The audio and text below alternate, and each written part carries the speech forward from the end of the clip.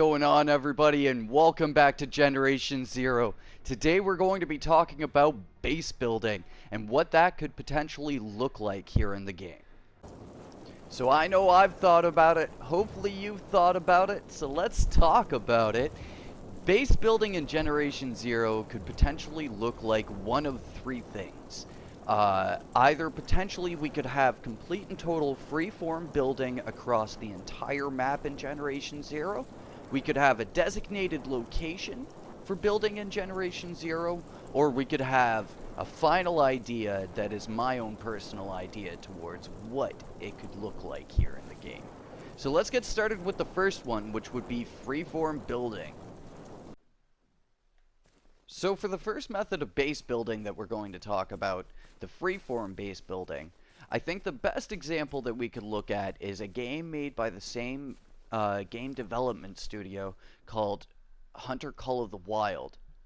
So in Hunter Call of the Wild, you have the ability to put down these little tents and little mats and stuff down in the game through some DLC. So I think if there were to be a freeform method of building in this game,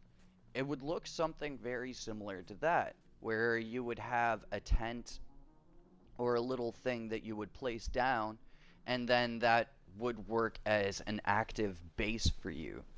Now, there are safe houses and field radios, so that's why this first one is kind of not exactly the best approach to base building here in Generation Zero. It's just been the method that I've seen brought up the most on the forums. So I figured I'd give it an honorable mention here. But now we're going to move on to a little bit more interesting types of base building that could happen in this game.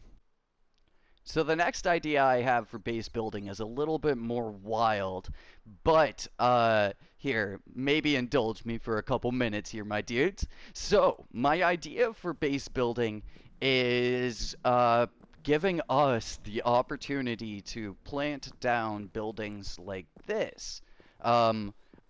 but not across the entire map. My idea is to leave the majority play zone untouched by the players, and then to designate one of these offshore islands around here, potentially one of the bigger ones,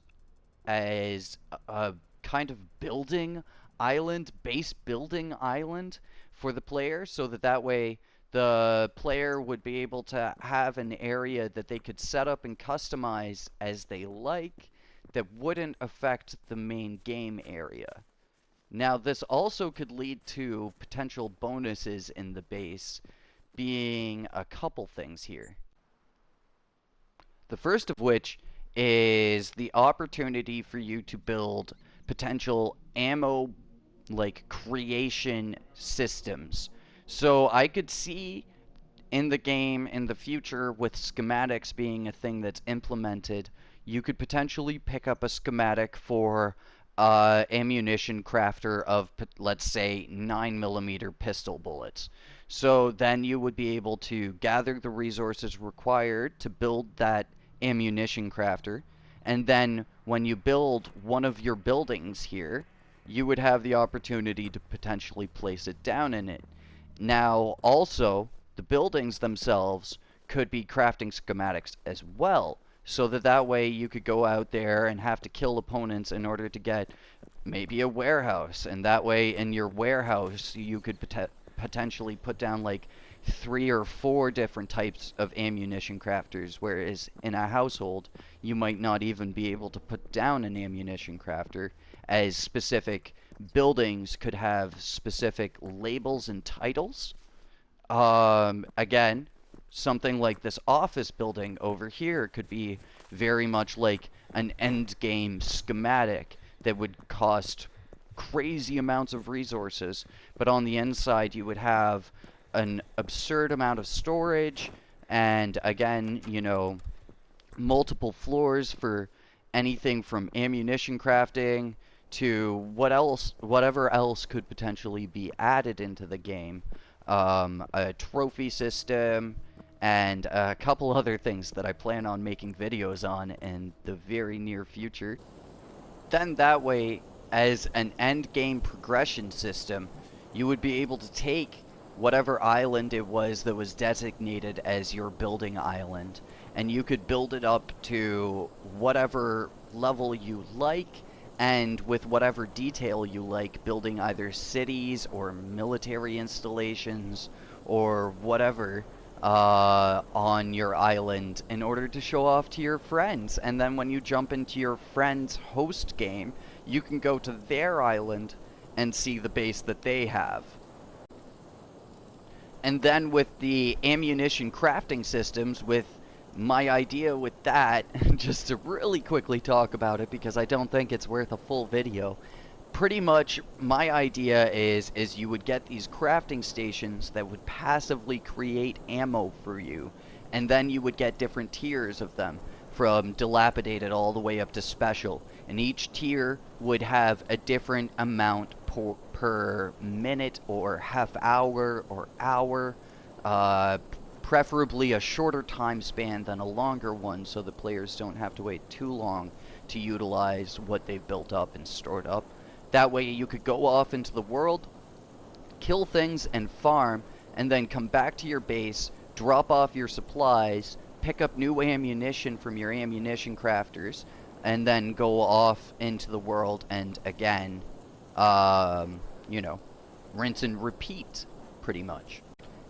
And just really quickly before anybody's like, oh, it doesn't make sense to have ammunition just kind of be made out of potentially nothing,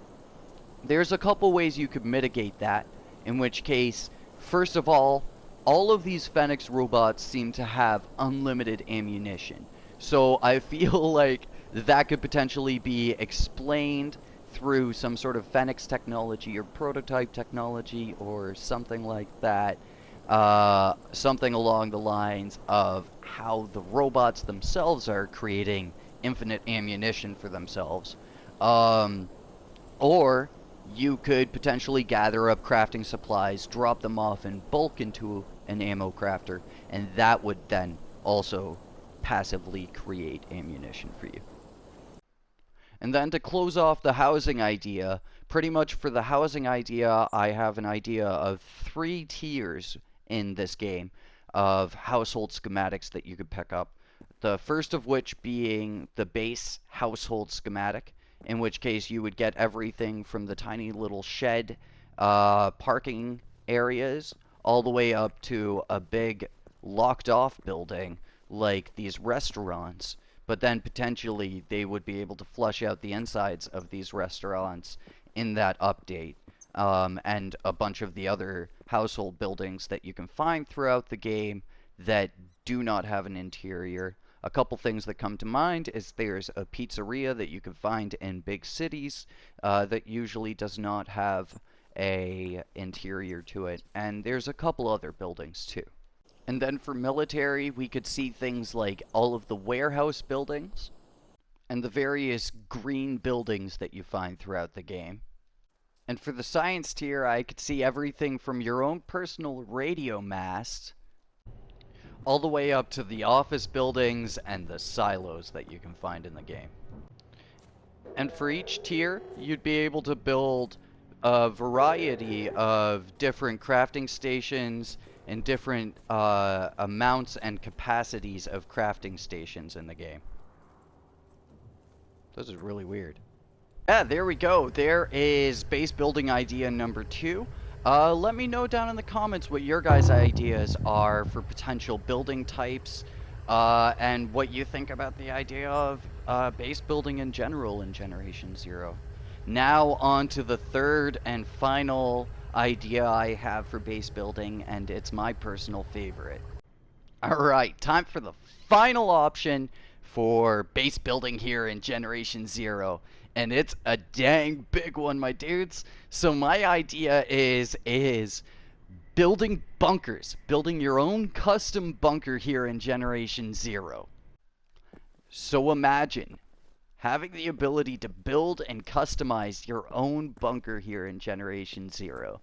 And the nice thing about the idea of having a customizable bunker in Generation Zero in comparison to the other base building ideas is the fact that it has a very minimal footprint on the actual external world of Generation Zero. So you could potentially place one of these bunkers on one of the very tiny islands in the offset shores around here. And I think that that would be a little bit nicer in Generation Zero because the idea of you having a big base out in the open that the robots wouldn't have found is a little bit of a stretch, whereas the idea of having a bunker hidden on one of these very small islands is a little bit more plausible within the world of Generation Zero. So my idea for the base itself and how the bunker would serve as a base is very similar to the second idea that I put out there for having various crafting stations and terminals and things like that that you could gather out in the world. But then the idea of it functioning in a bunker would mean that pretty much the inside of the bunker would just be concrete walls and then these stone walls along here. But then you would have the opportunity to choose and designate a tunnel or a pathway and potential stairs going upwards or downwards. And then in each of the rooms that you would be able to designate at various juncture points in the hallways and stairs, you would be able to place the various crafting terminals and various things that you would utilize in this game. And you would have the ability to potentially customize the look of the interior as well, changing things around from the lighting to make the rooms brighter so that that way you could feel a little bit more comfortable in your bunker base, and changing things from maybe looking militaristic to looking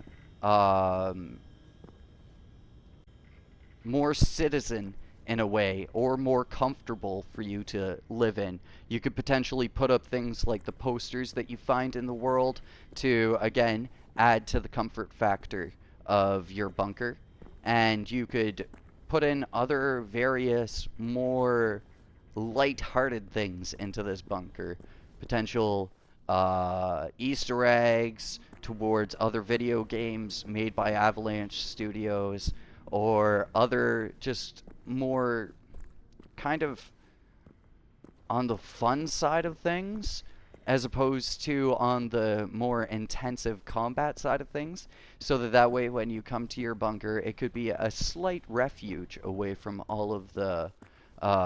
commotion out in the outside world. And then it would also serve as a distinguishment from just your average safe house, because the safe houses would serve more as a point to move to quickly and then move to a location from, whereas this would be a place to move to and just kind of settle down for a minute and actually chill out and, you know, do some sort of side activity or something like that in this game. And again, along the lines of customization and customizability, I think it would be nice for us to have the option to change the wall styles inside of our bunkers, so that that way you would be able to have either just like a stone wall like this if you want to have a more traditional bunker, or you could potentially make your entire bunker out of cement like this so that you could feel a little bit more reinforced. Or potentially there could be a more metal style bunker, potentially looking a little bit more militarized and taking this kind of red metal motif and applying it a little bit more around on the walls.